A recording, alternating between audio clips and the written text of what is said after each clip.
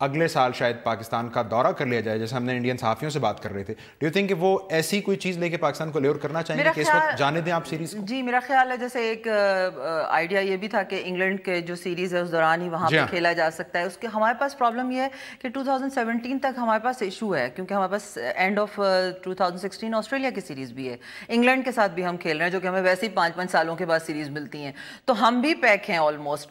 وہ بھی دیکھنا پڑے گا پاکستان کو کہ اس کے پاس کون سی ونڈو ہے جہاں پہ وہ کر سکتے. لیکن آبویسلی پرائرٹی جو ہے وہ یہ ضرور ہے ہونی چاہیے کہ ایک بڑی سیریز جس میں کم از کم 3 ٹیسٹ میچز، 3-4 ون ڈیز اور 3 کم از کم T20s جو ہیں وہ شامل ہوں، کھیلی جائے. بالکل. رمیز راجہ صاحب ہمارے پروگرام میں آئے، انہوں نے کہا جی یہ سری لنکا میں ہو بھی جائے تو وہاں پچز بہت سیم کرتی ہیں، تو یہ کتنا بڑا فیکٹر ہوگا دونوں ٹیمز کے لیے؟ یہ تو آپ ٹیکنیکلی بات کر رہے ہیں اور آپ کو پتا ہے ہم اس میں خاصے ویک ہیں جہاں سیم کرتی ہے، لیکن ہم سری لنکا میں تو ہم کھیلتے رہے ہیں، اس لیے ہمارا تو ایک طرح سے وہ ہوم گراؤنڈ ہی ہے جتنا ہم سری لنکا کی ٹیم کے ساتھ کھیلتے ہیں. ابھی ہم سیریز کھیل کے آئے ہیں، ہم ان کو ہرا کے بھی آئے ہیں، ہمارا ریکارڈ بھی اچھا ہے.